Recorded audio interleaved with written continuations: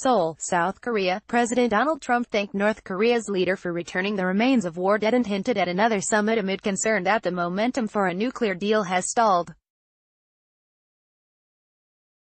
The 55 caskets were flown Wednesday from South Korea to Hawaii, where a team of military anthropologists and other scientists will begin a painstaking identification process that could take years.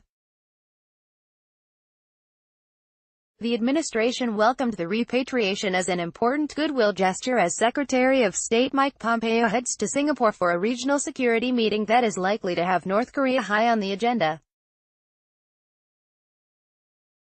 U.S. officials said Pompeo and North Korean Foreign Minister Ri Yong-ho may meet on the sidelines of the forum on Saturday since they'll both be there, although nothing was confirmed.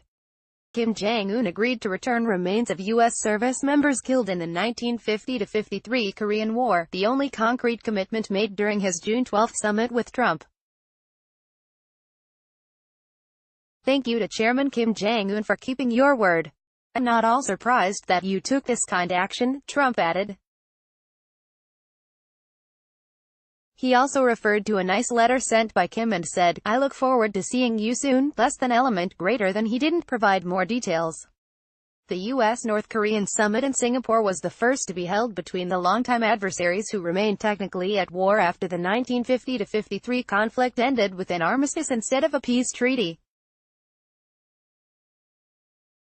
Previous U.S. presidents have refused to meet with their North Korean counterparts without progress on the nuclear front. The return of the remains was the latest in a series of moves by both sides as part of a diplomatic offensive that has tamped down tensions that raised fears of a nuclear war last year.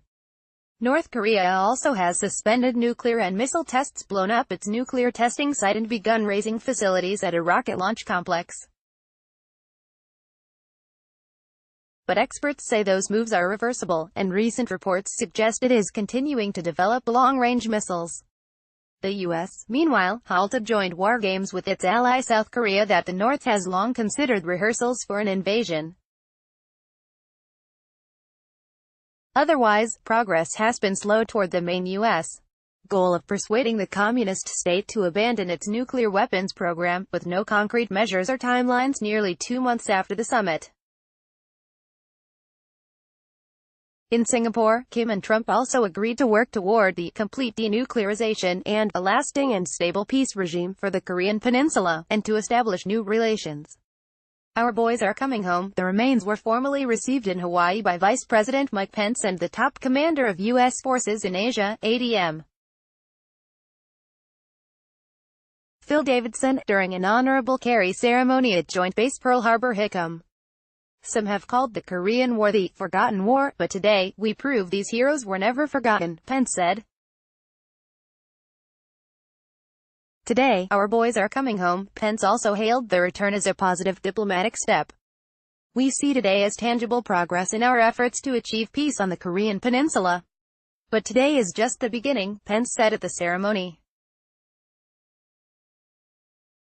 Our work will not be complete until all our fallen heroes are accounted for and home, officials with the Defense POW-MIA accounting agency said. A preliminary forensic review determined that the remains are likely to be American, but their identities may not be confirmed for months or years.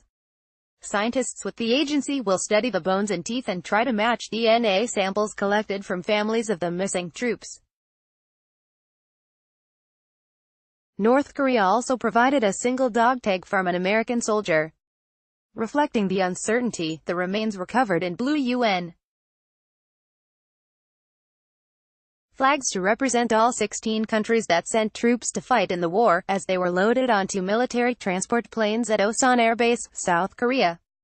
However, they were draped with American flags at the ceremony in Hawaii. The DPAA says 7,699 U.S. service members remain unaccounted for from the Korean War, with about 5,300 believed to have died on North Korean soil. Gamal.Kim at Stripes.com, Twitter, @KimGamal.